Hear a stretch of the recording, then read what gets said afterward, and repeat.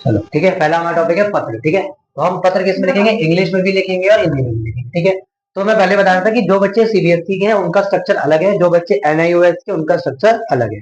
NIOS वाले बच्चों में जो स्ट्रक्चर है पत्र का, उसमें पहले आता है भेजने वाले का पता। इंग्लिश में हम इसे लिखते हैं सेंडर्स एड्रेस।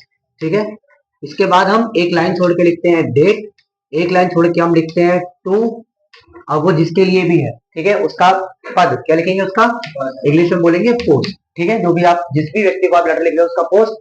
फिर आप उसका एड्रेस लिखोगे, यानी कि रिसीवर्स एड्रेस, जिसको ये पता जिसको ये पत्र जा रहा है, ठीक है, उसका एड्रेस आप लिखोगे। उसके बाद आप लाइन छोड़ के सब्जेक्ट मेंशन करोगे, यानी कि आपने ये पत्र किस विषय पर लिखा है। बहुत सारे बच्चे सब्जेक्ट गलत करके अपना नंबर खो देते हैं। यदि 5 नंबर का लेटर आ रहा है, चाहे वो सीबीएसई हो चाहे एनआईओएस हो, 5 नंबर का यदि लेटर है, तो उसके अंदर एक नंबर तो सब्जेक्ट के होते हैं। और सब्जेक्ट बहुत कम शब्दों में पूरे लेटर का मेन पार्ट बताने वाला होना चाहिए। जैसे अगर आप बुखार के लिए छुट्टी ले रहे हो तो एप्लीकेशन फॉर सिक लीव, यदि आप शादी के लिए छुट्टी ले रहे हो तो एप्लीकेशन फॉर मैरिज लीव। मतलब कुल मिला के जो भी आप टॉपिक लिख रहे हो पत्र के अंदर, उसको बहुत कम और प्रिसाइज शब्दों में यहाँ पर लिखना है, ताकि पढ़ने वाले को ये समझ में आए कि आने वाला पत्र किस बारे में है। दो बातें आ गई। ठीक है, सब्जेक्ट के बाद हम लाइन छोड़ के क्या लिखते हैं बच्चों, डियर रिस्पेक्ट, रिस्पेक्टेड लिखेंगे बेसिकली, तो क्या लिखेंगे, रिस्पेक्टेड, है ना, रिस्पेक्टेड सर या मैम, सर या मैम। अगर पता है तो अच्छी बात है, नहीं पता तो दोनों लिखना है। ठीक है, उसके बाद आप पूरे लेटर की बॉडी लिखोगे। एनआईएस वाले बच्चों को साफ साफ बता रहा हूँ, सीबीएसई वाली गलती मत करना, ये सब कुछ एक लाइन में आना चाहिए। बहुत सारे बच्चे क्या करते हैं, सर मैम खत्म हो यहाँ से लिखना शुरू करते हैं, सभी ने निवेदन इस प्रकार है। सीबीएसई में चलेगा, एनआईएस में नहीं चलेगा। एनआईएस का स्ट्रक्चर ये सारा एक ही लाइन में है। रिसेंट अपडेट में सीबीएसई में भी सेम रूल आ चुका है। अब सीबीएसई में भी यदि आप रिस्पेक्ट के साथ नाम लिख रहे हो तो आप उसके आगे लेटर स्टार्ट नहीं कर सकते, आपको नीचे से ही करना है। It all should be in a straight line, कोई आगे पीछे नहीं चलेगा। ठीक है, सब एक लाइन में लिखना चाहिए। इसका बहुत अच्छा तरीका है, जब भी आप लेटर लिखो उस पेज पर एक सीधी लाइन बना लो पेन से पहले, और उस लाइन से लेकर के ही सब कुछ लिखते चलो, गलतियां नहीं होगी। ठीक है, बॉडी, अच्छा बॉडी में भी हम बात करेंगे लिखते क्या है या कैसे लिखते हैं, उसके बाद हम आ जाते हैं लास्ट टॉपिक में। यहाँ पे आप लिखोगे अपना नाम।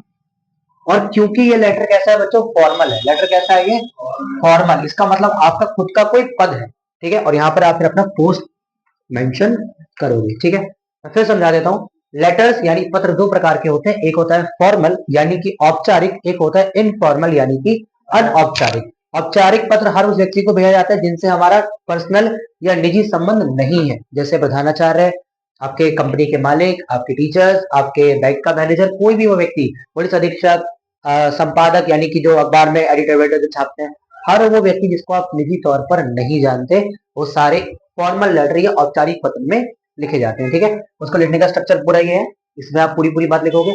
इसी को यदि मैं हिंदी में लिखूं, सबसे पहले भेजने वाले का पता, भेजने वाले का पता। ठीक है, भेजने वाले का पता। अभी मैं इसमें ना जो सीबीएसई के चेंजेस है वो बता दूंगा, कौन कौन चेंजेस सीबीएसई में है और एनआईएस में नहीं है। ठीक है, भेजने वाले का पता, इसके बाद आप लाइन छोड़ के तिथि लिखोगे यानी कि तारीख। उसके बाद आप लाइन छोड़ के लिखोगे पद, जिस भी व्यक्ति को आप ये भेज रहे हो। इसमें आप शब्द यूज करते हैं सेवा में, क्या लिखेंगे, सेवा में। हिंदी में पद के पहले हम लिख देते हैं सेवा में, इंग्लिश में लिखते हैं टू द, हिंदी में हम लिख देते हैं सेवा में। उसके बाद हम उसका पद मेंशन करेंगे, पद के बाद हम उसका पता लिखेंगे। ठीक है, पता किसका लिखना है यहाँ पे, जिस व्यक्ति को हमें पत्र भेज रहे हैं। ठीक है, पता किसका, भेजने वाले का। ठीक है, पाने वाले का, पता किसका, पाने वाले का। ठीक है, उसके बाद हम लाइन छोड़ेंगे, विषय लिखेंगे। विषय के लिए अगेन सेम नियम, कम शब्दों में पूरे लेटर का मेन पार्ट आपका सब्जेक्ट में विषय में आना चाहिए। देन आफ्टर हम बात करेंगे इसकी सब्जेक्ट के बाद लाइन छोड़ के जो भी आप श्रीमान श्रीमती या जो भी आप सम्मानित शब्द यहाँ लिखना चाहें, ठीक है, आदरणीय आदरणीय जो भी आपके शब्द है, ठीक है, ये लिख के फिर आप अपना पूरे पत्र का मेन भाग लिखेंगे जिसे हम बॉडी कहते हैं। फिर इसमें आपका नाम और आपका पद, ये सारी जानकारी आपको इंग्लिश और हिंदी के लेटर्स में लिखनी। अब सर बॉडी में क्या चीजें इंपॉर्टेंट है और वो गलतियां जो हम अक्सर करते हैं, देखो, एक पत्र थोड़ा सा अलग है जिसको हम बोलते हैं संपादक को पत्र। संपादक मतलब होता है एडिटर, क्या लिखना होता है, एडिटर। और 10th क्लास 12th क्लास में एडिटर को लेके सीबीएसई में तो आता ही आता है। एडिटर को लेटर लिखो कि आपको फलाने जगह में सफाई करवानी है। ठीक है, तो यहाँ पर आपकी पूरी बॉडी तो जो है तो है ही, एक चीज आपको हमेशा फिक्स लिखनी है, वो कि आपके अखबार को बहुत सारे लोग पढ़ते हैं, आपके अखबार का कॉलम बहुत ज्यादा महत्वपूर्ण है। तो मैं चाहता हूं कि अपने अखबार का एक छोटा सा भाग मुझे प्रदान करें, जिसमें मैं आपको जो जानकारी दे रहा हूँ वो छापे।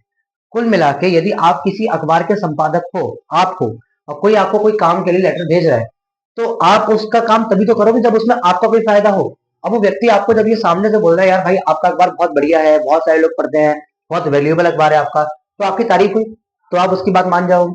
तो इसीलिए अपने लेटर में आप वो चीज उसको दो जो सामने वाला मांग रहा है, ठीक है। इसलिए लेटर में एक बात हमेशा लिखो कि आपका अखबार बहुत ज्यादा पढ़ा जाता है, ये बहुत महत्वपूर्ण है, हमारे क्षेत्र के अधिकतर लोग इसको पढ़ते हैं, और कई वरिष्ठ लोग भी पढ़ते हैं, जैसे कि अफसर, पुलिस अफसर या अधिकारी लोग भी पढ़ते हैं। इसलिए मैं चाहता हूँ कि जो बात है वो आपके अखबार द्वारा लिखी जाए, तो ये उन अधिकारियों तक पहुंच सके, है ना। तो ये लाइन तो आपको लिखनी ही लिखनी है। उसके बाद आप क्या लिखते हो, वो आपकी बॉडी आ जाती है। अब बॉडी की बात कर लेते हैं सर। हमेशा बॉडी की शुरुआत अपनी बातों से करनी है, ठीक है। अपने बारे में बताना है कि भाई मैं ये व्यक्ति हूँ और यहाँ का निवासी हूँ। हमेशा शुरुआत किससे करनी है, खुद। शुरुआत किससे करनी है, खुद से। फिर प्रॉब्लम बतानी है, फिर क्या बतानी है, और प्रॉब्लम तक ही नहीं रुकना है, उसका सॉल्यूशन भी पत्र में ही आपको देना है। उसका क्या देना है, सॉल्यूशन देना है। ये याद रखना, और दोनों तरफ के पत्रों के लिए, हिंदी में भी और इंग्लिश में भी। पहले खुद के बारे में बताना है, फिर प्रॉब्लम बतानी है, और फिर सॉल्यूशन बताना है। यदि हम प्रॉब्लम का डिस्कशन करते हैं, जैसे हमारे क्षेत्र में गंदगी है, या नालियां साफ या सड़कें साफ नहीं होती, इसका सॉल्यूशन ये है कि आप क्या करो, उस जो भी विभाग है, चाहे पीडब्ल्यूडी का विभाग है, चाहे एमसीडी का विभाग है, आप वहां तक ये बात पहुंचाने का कष्ट करें, या उन लोगों से ये कहें कि यहाँ पे साफ सफाई करने वाले व्यक्तियों को भेजें। ये कोई बहुत बड़ा क्या बोलते हैं ना, तो बहुत बड़ा सॉल्यूशन है, ये केवल एक सुझाव है। शायद आपके लोग यहाँ पे सफाई करने आ तो रहे हैं, लेकिन यहाँ तक सफाई हो नहीं रही है, या होने के बाद बहुत जल्दी कूड़ा फैल जाता है। तो जो भी आपको लगता है कि सही कदम है, वो आप उठाइए और हमारी प्रॉब्लम को सॉल्व कीजिए। ये बॉडी का स्ट्रक्चर ऐसी होना चाहिए, पहले आपके बारे में, फिर आपकी प्रॉब्लम के बारे में, फिर उस प्रॉब्लम का सॉल्यूशन। लेटर की बॉडी, लेटर का 2 नंबर का लेके चलती है, ठीक है। इस पूरे का 1 नंबर, सब्जेक्ट का 1 नंबर, 2 नंबर का लेटर, और 1 नंबर का ये पूरा स्ट्रक्चर चलता है कि आपने किसके बाद क्या क्या लिखा है। आप ऊपर नीचे करोगे, नंबर गए। आप ऊपर नीचे करोगे, नंबर गए। सब्जेक्ट गलत लिखा, नंबर गया। ये चीजें आपने गलत उतार दी। अब क्वेश्चन में आपको दे रखा है रिसीवर का एड्रेस दिया गया है, आपने अपनी मर्जी से लगा दिया, नंबर कटेंगे। आपको नाम दिया गया, आपने अपनी मर्जी से चेंज कर दिया, नंबर कटेंगे। जो भी जानकारी क्वेश्चन में दी गई है, यदि आप उसका उपयोग करे बिना कोई भी काम कर रहे हो, ये आपके नंबर कटवाएगा। तो इन तीनों बातों का ख्याल रखना है, ठीक है। बाकी 2 नंबर इस बॉडी के हैं, इस बॉडी को लंबा भी रखना चाहिए, और दूसरी बात, इन इसी ऑर्डर में लिखना है। पहले अपनी अपने अपने आप को बताना है, फिर अपनी प्रॉब्लम को बताना है, और फिर उस प्रॉब्लम का सॉल्यूशन बताना है, ठीक है। इस तरीके से आपका ये लेटर पूरा हो जाएगा। Now what is the difference between CBSE and NIOS, अब वो भी सुन लो। सीबीएसई वाले बच्चों में सेंटर एड्रेस यहाँ ना होकर के यहाँ पर आ जाता है, ठीक है। स्टार्टिंग में ना होकर के लास्ट में आ जाता है, और डेट जो होती है वो रिसीवर एड्रेस के बाद और सब्जेक्ट से पहले आता है, ठीक है। बस इतना डिफरेंस, यहाँ पर आपकी डेट आ जाएगी।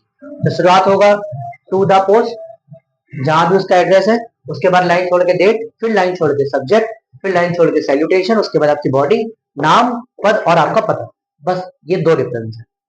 सिमिलरली हिंदी में भी भेजने वाले का पता अंत में आ जाएगा, आप अपना पता लास्ट में मेंशन करोगे।